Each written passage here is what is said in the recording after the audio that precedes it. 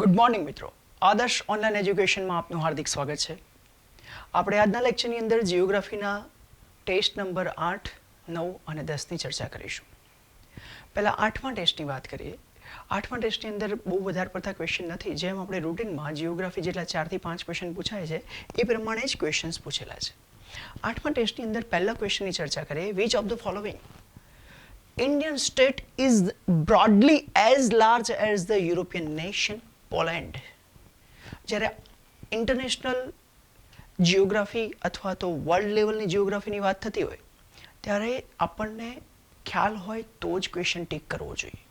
કારણ કે આપણે રૂટીનમાં international physical geographical locations as well as એની જિયોગ્રાફી વિશે અવેર નથી હોતા. એટલા માટે હું કહું છું. રાઈટ, જો તમને ખ્યાલ છે તો ડેફિનેટલી તમે એને ટીક કરવું જોઈએ. અધરવાઇઝ જ્યારે ઇન્ટરનેશનલ લેવલની કોઈ પણ જિયોગ્રાફિકલ મેટર આવે છે ત્યારે એની અંદર મગજને પહેલેથી શીખવાડો કે ખ્યાલ છે તો ટીક મારવાનો, નહીં તો નેગેટિવ થવાના ચાન્સીસ છે. જુઓ કેટલો ટ્રિકી ક્વેશ્ચન મૂકેલો છે. ઇન્ડિયન સ્ટેટની કમ્પેરિઝન એ કોની જોડે કરે છે? Compare with the Poland. હવે યુરોપિયન નેશન્સની અંદર, યુનિયનની અંદર જે પોલેન્ડ છે એની કમ્પેરિઝન આપણા સ્ટેટ જોડે કરે છે. હવે આપણને બધા જ યુરોપિયન યુનિયનના કન્ટ્રીઝ અને ભારતના સ્ટેટ્સ એની કમ્પેરિઝન કેવી રીતે ખબર હોય? એટલે આ ક્વેશ્ચન ડાપણ ભર્યો આન્સર એ જ છે કે આને નથી ખબર તો ક્વિટ ઇટ. બરાબર, એટલા માટે આ ક્વેશ્ચન મૂકેલો છે. ક્વેશ્ચન એવું કહેવા માગે છે કે ઇન્ડિયાના જેટલા બી સ્ટેટ્સ છે એમાંથી કયા સ્ટેટ્સનો એરિયા એ પોલેન્ડના એરિયાની સમકક્ષ છે, લાર્જ છે, sorry, is probably as large as, almost same છે. બરાબર, તો આમાંથી આપણને થોડો ઘણો આઈડિયા કેવી રીતે મેળવી શકાય કે આ 4 સ્ટેટ્સ આપેલા છે. પોલેન્ડ કન્ટ્રી છે, એકદમ નાનું કન્ટ્રી તો છે નહીં, થોડું ઘણું તો મોટું કન્ટ્રી હશે જ. એટલે એક ખાલી વિચાર એ આવી શકે કે ઓલમોસ્ટ આ 4માંથી જે મોટામાં મોટું સ્ટેટ હોય એને આપણે પોલેન્ડ સાથે કમ્પેર કરી શકાય. બરાબર, પણ આપણને જિયોગ્રાફિકલ એરિયા ખબર હોવો જોઈએ. Than only you can sure in this answer. બરાબર, તમે તો જ આ આન્સરની અંદર શોર્ટ થઈ શકો છો. અને એટલા માટે આપણને 4 સ્ટેટ એઝ વેલ એઝ પોલેન્ડનો એરિયા ખબર હોવો જોઈએ. એ આપણને પોલેન્ડનો એરિયા તમને બી નથી ખબર, મને બી ખ્યાલ નથી. તો અહીંયા જે સાચો આન્સર છે એ છે કે મહારાષ્ટ્ર એ પોલેન્ડની સમકક્ષ છે. બરાબર, અધરવાઇઝ તમે જુઓ તો 4 સ્ટેટમાંથી મોટામાં મોટું સ્ટેટ આપણને જનરલ નોલેજ એટલી ખબર હોવી જોઈએ. એટલે આ ક્વેશ્ચન તો ખરેખર છોડવા માટે છે, પણ જનરલ નોલેજમાં એટલી ખબર હોવી જોઈએ કે ઇન્ડિયાની અંદર એરિયા વાઇઝ મોટામાં મોટા સ્ટેટ કયા છે. 3 થી 4 આપણને પહેલાં નામ ખબર હોવા જોઈએ. રાઈટ, અને એમાં વધારે ગુજરાતનું ખબર હોવું જોઈએ. તો એરિયા વાઇઝ જોવા જાઓ તો પહેલું સ્ટેટ એ તમારું કયું થાય? રાજસ્થાન. બીજું સ્ટેટ એ કયું થાય? મધ્યપ્રદેશ. થર્ડ સ્ટેટ કે જે એરિયા વાઇઝ મોટામાં મોટું છે એ મહારાષ્ટ્ર છે. ફોર્થ સ્ટેટ છે જે ઉત્તર પ્રદેશ છે. અને એનાથી આગળ fifth state A Jammu and Kashmir. અને એના પછી ગુજરાતનો નંબર આવે છે. બરાબર, તો આ રીતે તમારા એટલીસ્ટ 3 સ્ટેટ આપણને ખબર હોવા જોઈએ કે મોટામાં મોટા સ્ટેટ કયા છે. તો area wise Rajasthan, Madhya Pradesh, Maharashtra, UP તમને પહેલાં જ મગજમાં આવે છે બિકોઝ ઓફ પોપ્યુલેશન, પણ એક ખોટું છે. બરાબર, 6થા નંબર ઉપર ગુજરાત છે. JNK જો કે Jammu and Kashmir union territories change થઈ ગયું એટલે એને હટાવી દો તો સીધું ગુજરાત આગળ શિફ્ટ થઈ જાય. બરાબર ને? તો આ રીતે તમને ખાલી આટલું જનરલ નોલેજ ખબર હોવી જોઈએ. પણ આ ક્વેશ્ચન મેં પર્ટિક્યુલરલી તમને છોડવા માટે પૂછ્યો હતો કે તમને ખબર પડવી જોઈએ કે ઇન્ટરનેશનલ જિયોગ્રાફિકલ લોકેશન અથવા તો એરિયા વાઇઝ કોઈ પણ બાબત આવે છે, નથી ખબર તો બ્લફ ન કરો. આખા પેપરની અંદર એક વસ્તુ ધ્યાન રાખવાની છે કે કયા ક્વેશ્ચનને ટચ કરાય, કયા ક્વેશ્ચન છોડી દેવાય. અમુક ક્વેશ્ચન એવા આવશે જ તમારી સામે કે ત્યાં બી તમારે છોડવા પડશે. એટલે અત્યારથી પ્રેક્ટિસ કરવા માટે આવા ક્વેશ્ચન સેટ કરેલા છે. બરાબર, કંઈ મારે તમારું નોલેજ એટલું બધું ચેક નથી કરી લેવું, પણ આ ક્વેશ્ચન છોડવા માટે મૂકેલો છે. ક્લિયર? એનાથી આગળ જતા રહો. Laterite soil develop as a result of, basic knowledge ખાલી ખબર. લેટરાઇટ સોઇલ એટલે શું? આપણે ત્યાં જેટલી બી અલગ અલગ 8 પ્રકારની મેઇન સોઇલ જોવા મળે છે એમાંથી લેટરાઇટ સોઇલ એ ત્યારે જ પેદા થતી હોય છે કે જ્યારે જે વિસ્તારની અંદર બહુ બધું વરસાદ પડતો હોય છે અને વેટ અને ડ્રાય સિઝન બહુ પડતી હોય છે, તો એવા વિસ્તારની અંદર લેટરાઇટ સોઇલ જોવા મળે છે. ભારતની અંદર જ્યાં વધારે વરસાદ પડે છે એઝ વેલ એઝ જ્યાં ટેમ્પરેચર ચેન્જ થતું હોય છે એવા વિસ્તારોમાં લેટરાઇટ સોઇલ જોવા મળે છે. અને લેટરાઇટ સોઇલ એ શાના કારણે, મેં તમને કીધું લીચિંગ, બરાબર, કે જેથી કરીને ધોવાણના કારણે છેલ્લે ઉપરનું મેઇન જે ABCD 4 લેયર છે સોઇલના ઉપરના લેયર જતા રહે છે, નીચેનો બેર રોક એની અંદર માત્ર વધતો હોય છે. એટલે એ વધારે પડતા વરસાદવાળા વિસ્તારોમાં કાં તો ટેમ્પરેચર વધારે પડતું ડિફરન્શિયલ વધારે હોય ત્યાં જોવા મળે છે. તો લેટરાઇટ સોઇલ એ લીચિંગના કારણે ડિપોઝિશન ઓફ ધ એલ્યુવિયલ, તો એલ્યુવિયલ સોઇલ બને એટલે પહેલો ઓપ્શન ના આવે. સેકન્ડ ઓપ્શન ડિપોઝિટર ઓફ ધ લૂઝિસ, એ કઈ જગ્યાએ આવે કે જે વિસ્તારોની અંદર જ્યાં ગ્રીન કવરેજ વધારે છે ત્યાં આવે, સોરી, જ્યાં નદીઓના પ્રવાહ વધારે છે અને ગ્રીન કવરેજ બંનેનું મિક્સચર છે એટલે એ બી નહીં આવે. કન્ટિન્યુ વેજીટેશન કવર એટલે એ બી નહીં આવે, બરાબર. 3 ઓપ્શન નહીં. Option C leaching is the right answer, બરાબર. તો આ રીતની સોઇલ ખાલી યાદ. હવે આના ઉપરથી તમારે જીકેમાં એટલું ધ્યાન રાખવાનું, લેટરાઇટ સોઇલ ભારતની અંદર ક્યાં ક્યાં આવેલી છે મેઇન, બરાબર. મેં તમને કીધું જ્યાં વધારે વરસાદ પડે છે અને જે ડિફરન્શિયલ ટેમ્પરેચર વધારે છે ત્યાં, આ બે એની મેઇન કેરેક્ટરિસ્ટિક છે. તો વધારે વરસાદ કયા વિસ્તારમાં? વેસ્ટર્ન ઘાટ, બરાબર. તો વેસ્ટર્ન ઘાટના રાજ્યોની અંદર લેટરાઇટ સોઇલ જોવા મળે છે. એ સિવાય મધ્યપ્રદેશ, રાજસ્થાનનો થોડો પાર્ટ છે ત્યાં લેટરાઇટ સોઇલ છે. ઓડિશા, કોલકાતાવાળો જે પાર્ટ છે ત્યાં લેટરાઇટ સોઇલ છે. બસ આટલી આપણને ખબર હોય છે. આ સિવાય હું તમને એક વસ્તુ હોમવર્કમાં આપું છું કે સોઇલ કઈ જગ્યાએ કેટલી આવેલી છે એ હોમવર્કમાં કરી દેવું. જેમ કે ગુજરાત, તો ગુજરાતની અંદર મેઇનલી 2 પ્રકારની સોઇલ છે, એક એલ્યુવિયલ અને બીજું બ્લેક સોઇલ છે, બરાબર. એલ્યુવિયલનો મેપ જોઈ લો, બ્લેક સોઇલનો સૌરાષ્ટ્રવાળો પ્રદેશ જોઈ લો. એ સિવાય બીજી બધા સોઇલના પ્રકાર થોડા આવેલા છે. તો આ રીતના બ્રોડ મેપમાંથી જનરલ નોલેજના રૂપે કઈ જગ્યાએ કેવી સોઇલ આવેલી છે સોઇલનો મેપ કરી લો એટલે આપણો આન્સર ફિનિશ, બરાબર છે. થર્ડ તરફ જતા રહીએ. The variety of the coffee largely grown in India, આ 4 પ્રકારની અલગ અલગ વેરાયટી આપેલી છે, રાઈટ. તો એમાંથી કયા પ્રકારની વેરાયટી જે કોફીની છે એ જો લાર્જલી ગ્રોન સૌથી વધારે પેદા કરવામાં આવે છે, રાઈટ. તો ઇન્ડિયાની અંદર એ આ 4માંથી જુઓ, કુર્ગ પહેલાં આપણને ખબર પડે, પણ કુર્ગની એ વેરાયટીનું નામ નથી. કુર્ગ એ કર્ણાટકની અંદર આવેલો પ્રદેશ છે, એ પ્રદેશની અંદર સૌથી વધારે કોફી પેદા થાય છે.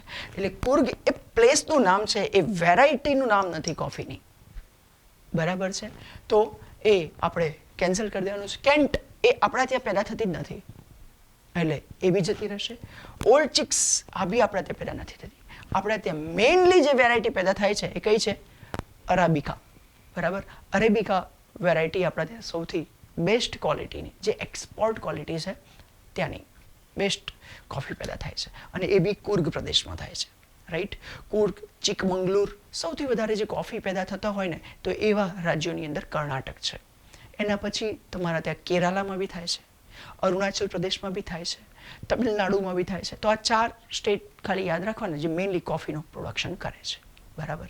એટલે આપણને ફાવી જાય. અરેબિકા એ અરેબિયા એવું લખે છે, આમ તો અરેબિકા બોલાય છે. અરેબિકા એ મેઇન કોફી ભારતની અંદર પેદા થાય છે, ક્લિયર. આગળ જતા રહીએ. Operation flood is associated with, તો કઈ ઘટના સાથે ઓપરેશન ફ્લડ? ઓલરેડી મેં આગળ જે પોલિટી અને ઇકોનોમિક્સનો લેક્ચર ઉતારેલો છે એની અંદર બી આ વસ્તુ કવર કરી દીધી છે. ઓપરેશન ફ્લડ એટલે આપણને પૂર જેવું લાગે, ડિઝાસ્ટર જેવું લાગે, કોઈ જ એની સાથે લેવા દેવા નથી. ઓપરેશન ફ્લડ એ શાના માટે છે? મિલ્ક પ્રોડક્શન માટે છે, બરાબર. આવું કોઈ પણ ઓપરેશન જે ભારતે ચલાવ્યું હોય, સે for example operation blue star, તમને પૂછી શકે છે. તો શીખ વિરોધી જ્યારે પંજાબની અંદર 1984ની અંદર શીખ રાયોટ્સ થયા હતા ત્યારે ભિંડરાવાલા એ લોકોએ જે એન્ટી નેશનલ એક્ટિવિટી હાથ ધરેલી, ત્યાં એ લોકોને કંટ્રોલ કરવા માટે આર્મી લોન્ચ કરી આ લોકોએ ગુરુદ્વારાની અંદર. એ છે ઓપરેશન બ્લુ સ્ટાર, ઇન્દિરા ગાંધીએ, બરાબર. એ સિવાય બીજા કોઈ ઓપરેશન ફેમસ બન્યા હોય તો આપણને ધ્યાનમાં હોવા જોઈએ. સે ફોર એક્ઝામ્પલ અત્યારે હાલ અફઘાનિસ્તાનમાંથી ભારતીયોએ પાછા લાવવા માટે કયું ઓપરેશન હાથ ધર્યું? તો ઓપરેશન દેવી શક્તિ. આવા ઓપરેશન કરંટ અફેર્સના હોય, જૂના હોય, જનરલ નોલેજના ભાગે ખબર હોવી જોઈએ. પોખરણ 1નો ધડાકો, પોખરણ 2નો ધડાકો, સાયન્સ ટેકની અંદર જનરલ નોલેજ આપણને ખબર હોવી જોઈએ, રાઈટ, ક્લિયર. તો આ ટાઈપના ઓપરેશન બી આપણને પૂછી શકે તો આવડે. આગળના question. Grassland is called Pampas in, કઈ જગ્યાએ આપણને પેમ્પાસ ગ્રાસલેન્ડ જોવા મળે છે. અલગ અલગ પ્રકારના ગ્રાસલેન્ડ અલગ અલગ ગ્લોબલી જોવા મળે છે, રાઈટ. ગ્રાસલેન્ડ કે જ્યાં શોર્ટ કાં તો લાર્જ બે પ્રકારના ગ્રાસલેન્ડ છે. એક ટૂંકા ઘાસના મેદાનો છે અને એક ઊંચા ઘાસના મેદાનો છે. તો આવા અલગ અલગ ગ્રાસલેન્ડના અલગ અલગ નામથી ઓળખવામાં આવે છે. ત્યાંનું જે ઘાસ પેદા થતું હોય એના નામથી ઓળખે છે. તો આમાં કયું પૂછ્યું છે? પેમ્પાસ, બરાબર છે. મેઇનલી જો ગ્રાસલેન્ડ ફેમસ હોય ને તો પ્રેરીઝના ઘાસના મેદાનો કે જ્યાં ઘઉં ને બધું ઉગતું હોય છે એવા મેદાનોની અંદર, એવા પ્રેરીઝના ઘાસના મેદાનો એ યુએસએની અંદર આવેલા છે, બરાબર. શું બોલ્યો? પ્રેરીઝ.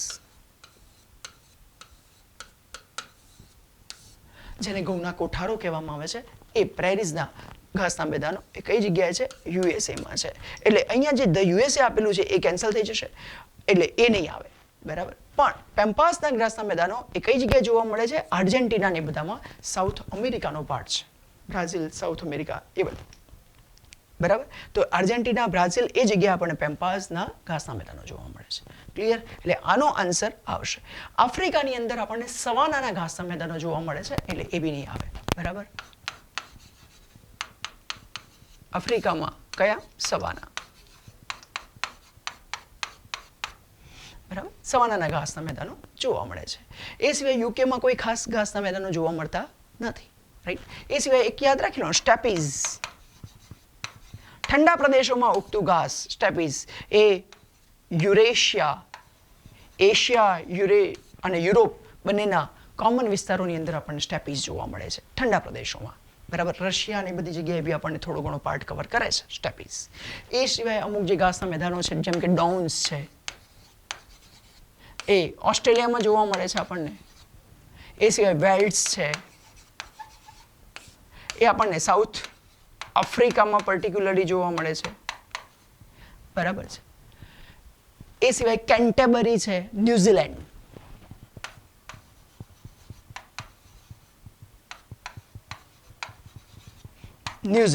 NZ, બરાબર ને. તો આ રીતે અલગ અલગ ગ્લાસના મેદાનો આપણને જોવા મળે છે.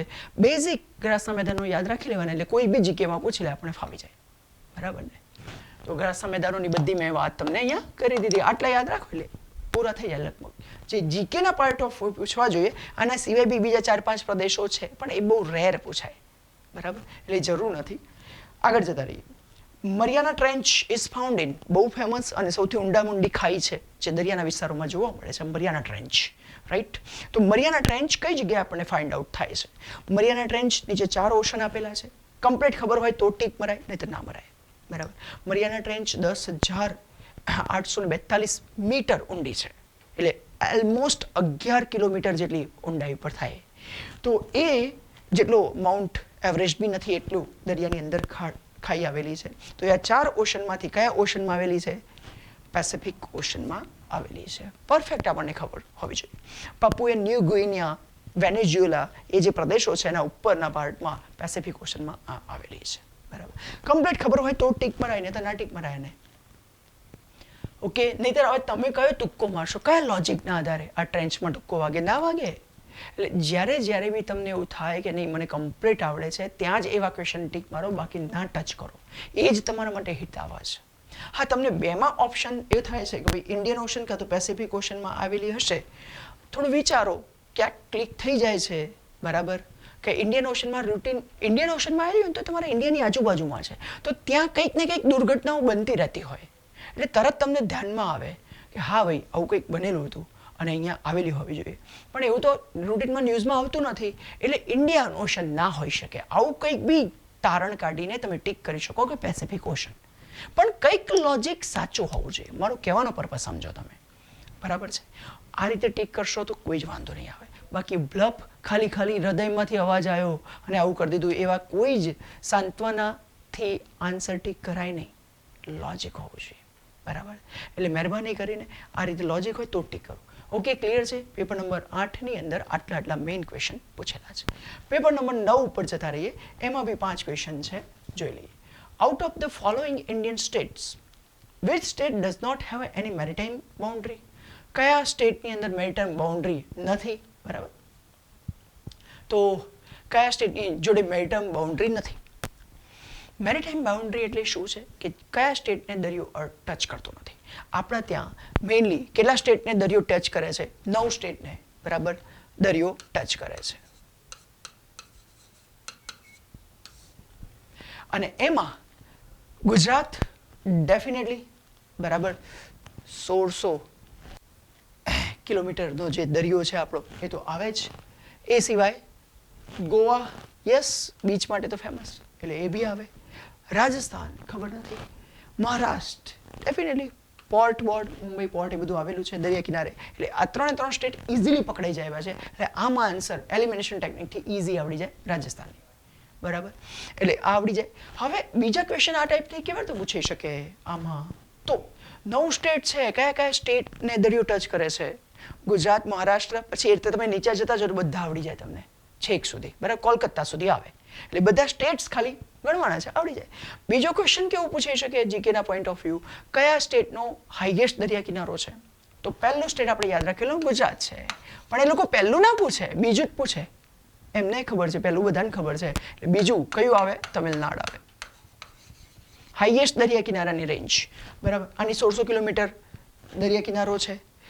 આનું એપ્રોક્સિમેટ 1092 જેવું કિલોમીટર છે. એનાથી નીચે જાઓ થર્ડ એટલે આંધ્રપ્રદેશ આવે. આંધ્રપ્રદેશ બરાબર. એટલે 3 નંબર યાદ રાખવાના પહેલા 3 સ્ટેટ કે જેના દરિયા કિનારો હાઈએસ્ટ છે. રાઈટ ક્લિયર ફાવી જાય. તો આ રીતે દરિયા કિનારો હાઈએસ્ટ કોને છે, પહેલો કોને છે, એ ટાઈપના ક્વેશ્ચન બી પૂછી શકે. કોને દરિયા કિનારો ટચ કરે છે, કેટલા રાજ્યોને ટચ કરે છે, આ ટાઈપના અલગ અલગ ક્વેશ્ચન પૂછી શકે છે. રાઈટ એટલે જીકે એ રીતે તૈયાર કરવાનું કે આપણને કોઈ બી ક્વેશ્ચન આ રીતે દરિયા કિનારો પૂછી શકે. કારણ કે ગુજરાતની એક્ઝામ છે અને ગુજરાતનો દરિયા કિનારો હાઈએસ્ટ છે તો એ સિવાય કોને ટચ કરે છે અને કોને હાઈએસ્ટ છે સેકન્ડ થર્ડ એ રીતે પૂછી શકે.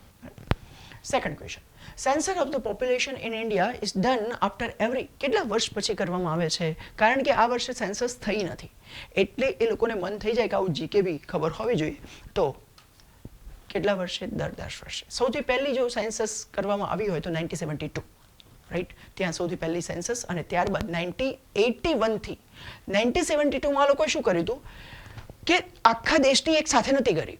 1865થી લઈને 1872 સુધી 1865 to 1872 ની અંદર અલગ અલગ સ્ટેટ વાઇઝ આખી સેન્સસ 72માં પૂરી કરી. એટલે કહેવાય છે પહેલી સેન્સસ પૂરી થઈ હોય તો 1872 બરાબર. પણ ત્યારબાદ જો સિસ્ટમેટિકલી ચાલુ થયું હોય તો 1881થી દર 10 વર્ષે આપણી સેન્સસ થવાની ચાલુ થઈ ગઈ. રાઈટ એટલે આ તમારી 1872માં પૂરી થઈ કહેવાય પણ સ્ટાર્ટ થઈ સિસ્ટમેટિકલી 10 years તો 1881 ત્યારથી દર 10 વર્ષે આપણી યોજાય છે. અને છેલ્લે ક્યારે યોજાઈ હતી? 2011 2021માં કોરોનાની મહામારીના કારણે યોજાઈ નથી. બરાબર નેક્સ્ટ ટાઈમમાં યોજાશે. તો ક્લિયર? તો આ થઈ ગયું. આગળ જતા રહીએ. The Pacific ring of fire is associated with Pacific ring of fire. આના ઉપરથી કંઈક તો આઈડિયા આવી જાય. પણ અહીંયા તમે ઓઇલ જુઓ. ઓઇલ ફાયર ના ભાઈ, ઓઇલ ફાયર માટે ફેમસ છે નહીં. સેકન્ડ છે ઓઇલ ફાયર એટલે શું? દરિયામાં ઓઇલ ઢોળાયું અને ફાયર થતી હોય. અધરવાઇઝ ઓઇલના કૂવા મળતા હોય ત્યાં ફાયર થતી હોય ઓઇલ ફાયર. એવું તો કંઈ છે નહીં. સેકન્ડ છે થર્મલ પાવર સ્ટેશનમાં ફાયર.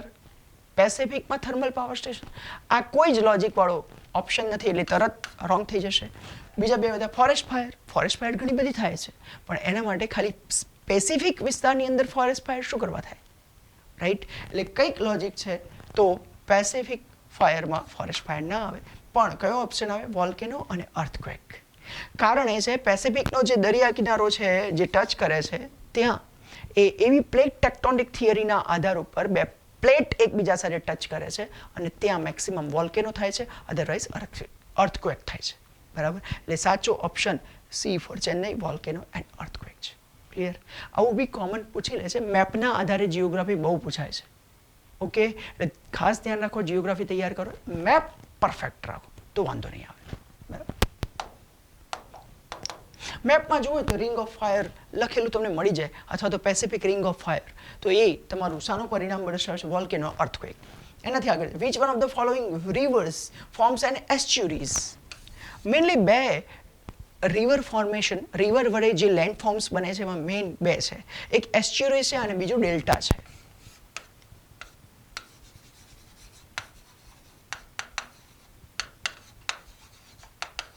જેને આપણે આને મુખ ત્રિકોણના પ્રદેશ કહીએ છીએ. મુખ ત્રિકોણના પ્રદેશ એટલે આ રીતે આખું ત્રિકોણાકાર જેવા મુખ બનાવે છે. રિવર જે હોય બરાબર, એમાં છેલ્લે છેલ્લે જ્યારે રિવર આવતી હોય ત્યારે એ રિવર દરિયાને મળે એ પહેલાં આવું ત્રિકોણાકાર પંખાકાર આમ પાંખ હોય ને પક્ષીની એ ટાઈપનો આકાર બનાવે છે અને એ જ છે તમારો ડેલ્ટાનો પ્રાંત. તો રિવર જ્યારે મળે છે કોને, દરિયાને, ત્યારે આવો પ્રદેશ બનાવે કાં તો એસ્ચ્યુરીઝ બનાવે. બંને વચ્ચે ફરક શું છે? ડેલ્ટાવાળો જે પાર્ટ છે એ તમારી ઇન્ડિયાની જો રિવર જુઓ તમે, આ ઇન્ડિયાનો દરિયા કિનારાનો જે સાઉથ પ્લેટિનો ભાગ મેં દોરેલો છે સાઉથ ઇન્ડિયાનો, તો એની અંદર અહીંયા જે રિવર આવે છે આ સાઈડ અને બીજી રિવરો કઈ સાઈડ જાય છે, આ સાઈડ બરાબર. તો ઈસ્ટ અને વેસ્ટ કોસ્ટ, આ જે ઈસ્ટર્ન કોસ્ટની અંદર જે રિવરો જાય છે એ રિવર એ ઢાળના સ્લોપના કારણે અને તેની ખડકોના આધારે શું બનાવે છે, ડેલ્ટા બનાવે છે. એટલે તમને ક્વેશ્ચન પૂછી લે છે કે નીચેનામાંથી કઈ રિવર એ ડેલ્ટાનો ભાગ બનાવે છે, તો તમને આ બધી રિવરોના ખાલી નામ ખબર હોય કે જે અહીંયા બરાબર મળે છે, બે ઓફ બેંગાલમાં મળે છે, તો એવી બધી રિવર શું બનાવે છે, ડેલ્ટા બનાવે છે.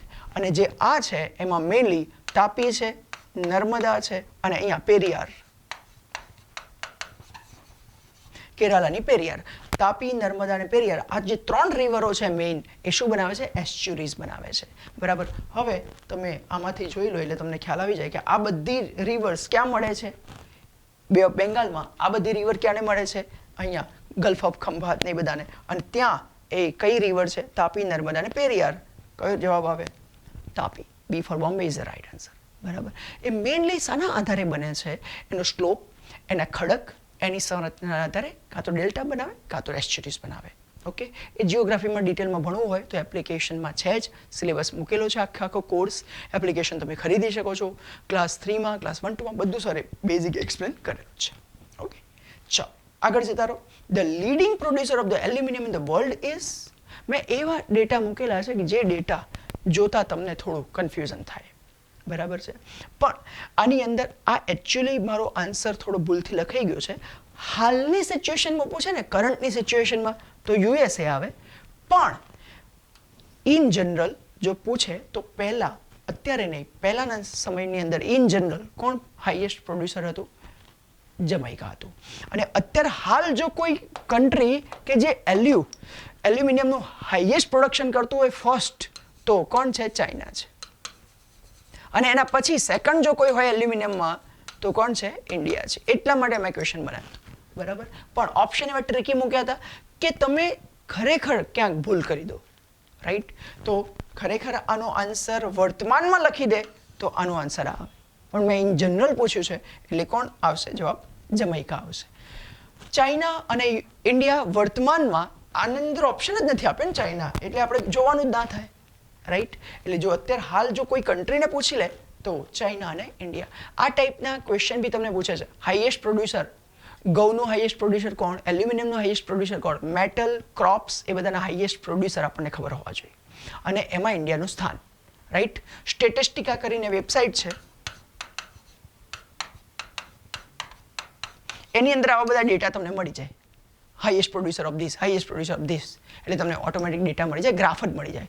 10 કન્ટ્રી હોય એમાં જોઈ લેવાનું, ઇન્ડિયા જ્યાં પ્રોડ્યુસરમાં હાઈએસ્ટ હોય એવા 5 શબ્દો લખી દેવાના, એ આપણે તમારું જીકે તૈયાર. એટલે કરંટના ડેટા મળી જાય 2020-21ના. ઓકે, એ રીતે તૈયારી કરવાની. એનાથી આગળનો ક્વેશ્ચન, તો અહીંયા મેઇન 9મા ટેસ્ટની અંદર આટલા મેઇન 5 ક્વેશ્ચન પૂછેલા છે. એનાથી આગળ 10મા નંબરનો ટેસ્ટ જોઈ લઈએ.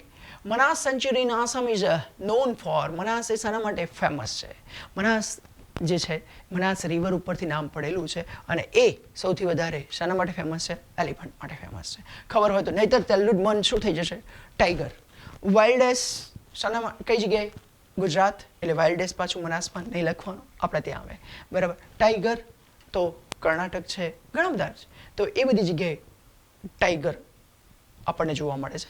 બાકી મનાસ સેન્ચુરી એલિફન્ટ માટે ફેમસ છે. એટલે ઘણી વખત આવે બી ક્વેશ્ચન પૂછે છે. 2 ટાઈપના ક્વેશ્ચન, એક સેન્ચુરી ક્યાં આવેલી છે બરાબર, જે કરંટમાં હોય એ બધા વસ્તુ ધ્યાન રાખવાની કે સેન્ચુરી ક્યાં આવેલી છે, કયા રાજ્યમાં આવેલી છે, એનું આખું લિસ્ટ તૈયાર કરી દેવાનું બરાબર. કઈ સેન્ચ્યુરી જે મેન સેન્ચ્યુરી છે, બહુ ફેમસ છે, એ કયા પ્રાણી માટે ફેમસ છે? આ 2 ટાઈપના ક્વેશ્ચન હોય છે. બરાબર. એનાથી ડિટેલમાં પૂછવું હોય તો પૂછી શકાય કઈ રિવર કઈ સેન્ચ્યુરીમાં આવેલી છે, એટલું ડિટેલમાં નથી જતા. ઓકે, એટલે આ રીતના ક્વેશ્ચન આપણું લિસ્ટ તૈયાર કરી દેવાનું, એક ગુજરાતનું અને એક ઇન્ડિયાનું. એ જનરલ નોલેજની બુકોમાં આપેલું જ હોય છે. ડન. એટલે હું ડિટેલમાં બીજી કોઈ ચર્ચા કરતો નથી. એનાથી આગળ જતા રહીએ. Who discovered the north pole? આ ટાઈપના કોઈ ક્વેશ્ચન પૂછે છે કે who discovered the north pole, who discovered the south pole, અથવા તો કોણ નોર્થ પોલ ઉપર ફર્સ્ટ ટાઈમ ગયું હતું, કોણ સેકન્ડ ટાઈમ ગયું હતું, અથવા તો કોણ સાઉથ પોલ ઉપર ફર્સ્ટ ટાઈમ ગયું હતું. આવા કોઈ પણ ટાઈપના ક્વેશ્ચન પૂછી શકે છે. જેમ પેલું ખબર હોય તો તમને ભાઈ માઉન્ટ એવરેસ્ટ ઉપર સૌથી પહેલાં કોણ ગયું હતું, વુમનમાં કોણ ગયું હતું, સૌથી વધારે માઉન્ટ એવરેસ્ટ કોણે સર કર્યો છે, આ ટાઈપના જનરલ નોલેજના ક્વેશ્ચન પૂછે છે આપણને. બરાબર. એટલે આમાં ખબર હોય તો ટીક મરાય, નહીં તો નામમાં કોઈ તુક્કો વાગે નહીં. તમને જે ગમતી હોય, છોકરીનું નામ છે ગમતું હોય તો તમે ટીક મારો, છોકરી હોય તો કે છોકરાનું નામ ગમે મને ટીક મારો, એવું કોઈ ભાવનાઓથી ટીક મરાય નહીં. રાઈટ. ખબર છે તો ટીક મરાય. તો આનો આન્સર છે રોબર્ટ પિયરી. બરાબર. તો હેરિસન અને રોબર્ટ પિયરી આ લોકોની આખું ટીમ હતી. એમાં રોબર્ટ પિયરી એ અહીંયા પહેલાં પહોંચે છે, ડિસ્કવર કરે છે. આખી ટીમ જો કે ડિસ્કવર કરે છે, એટલે ઘણીવાર હેરિસન અથવા રોબર્ટ પિયરી બંને નામ આપેલા હોય છે.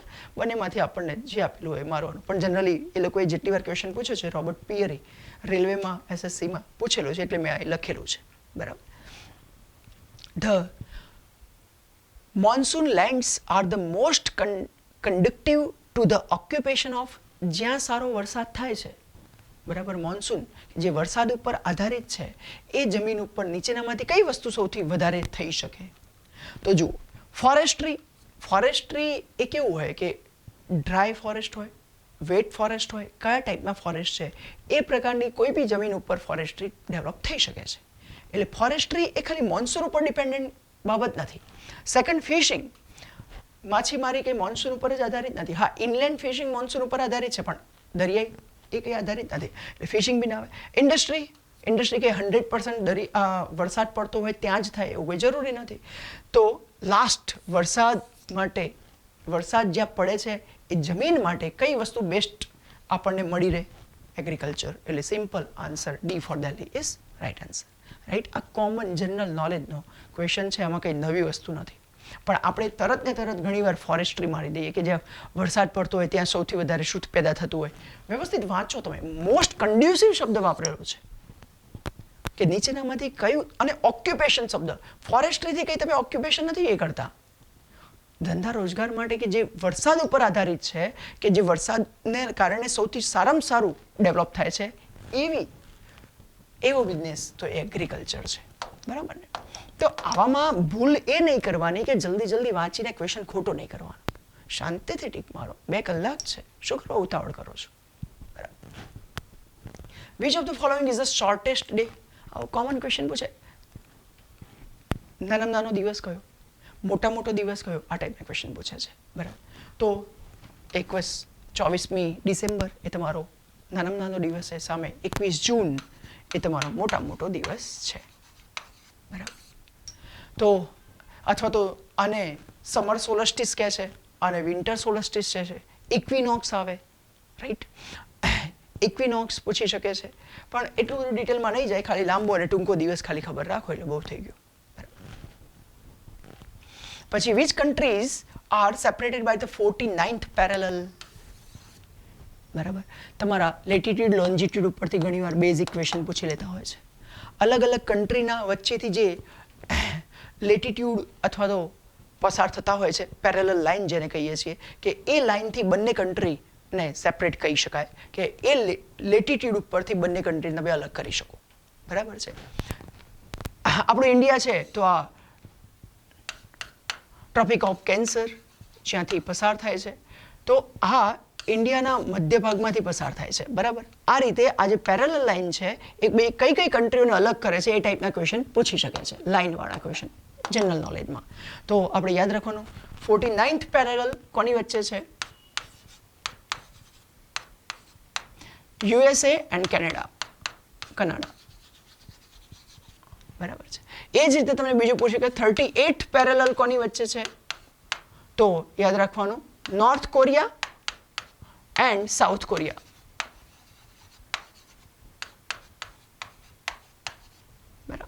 એટલે 38 પેરેલલ નોર્થ કોરિયા અને સાઉથ કોરિયાની છે. આ સિવાય બીજી બી લાઈનો પૂછી લે. સે ફોર એક્ઝામ્પલ કે ઇન્ડિયા અને પાકિસ્તાન વચ્ચે કઈ લાઈન છે ભાઈ? કઈ લાઈન છે બોલો, યાદ કરો. યસ, કેટલાકને યાદ આવી હશે. Red cliff line. Red cliff line India અને પાકિસ્તાન વચ્ચે છે. એવું પૂછી લે અફઘાનિસ્તાન અને પાકિસ્તાન વચ્ચે કઈ લાઈન છે? હમણાં ન્યૂઝમાં છે અફઘાનિસ્તાન, એટલે એની જિયોગ્રાફીની બેઝિક વાત. તો કઈ લાઈન છે? ડ્યુરાન્ડ લાઈન. ડ્યુરાન્ડ લાઈન. બરાબર. આ બાજુ ચાઇના અને ઇન્ડિયા પૂછી લે તો ચાઇના અને ઇન્ડિયા વચ્ચે કઈ લાઈન છે? તો કઈ લાઈન આવશે ભાઈ? યાદ કરો, મેકમોહન લાઈન. બરાબર ને? આ રીતે બધી અલગ અલગ લાઈનો યાદ રાખી લેવાય જનરલ નોલેજના ટાઈપ પરથી. બરાબર, જે આપણા આજુબાજુમાં હોય એને પહેલા યાદ રાખવાની. બીજી બધી રેર પૂછે, પણ એ લોકો જો ઇન્ટરનેશનલ અથવા તો વર્લ્ડ લેવલની જિયોગ્રાફી પૂછે છે ત્યારે એ લોકો આપણને આવા ક્વેશ્ચન પૂછી શકે. 49th પેરેલલ, 38th પેરેલલ બહુ પોપ્યુલર છે. તો આનો આન્સર શું આવશે ભાઈ? A for Ahmedabad is the right answer.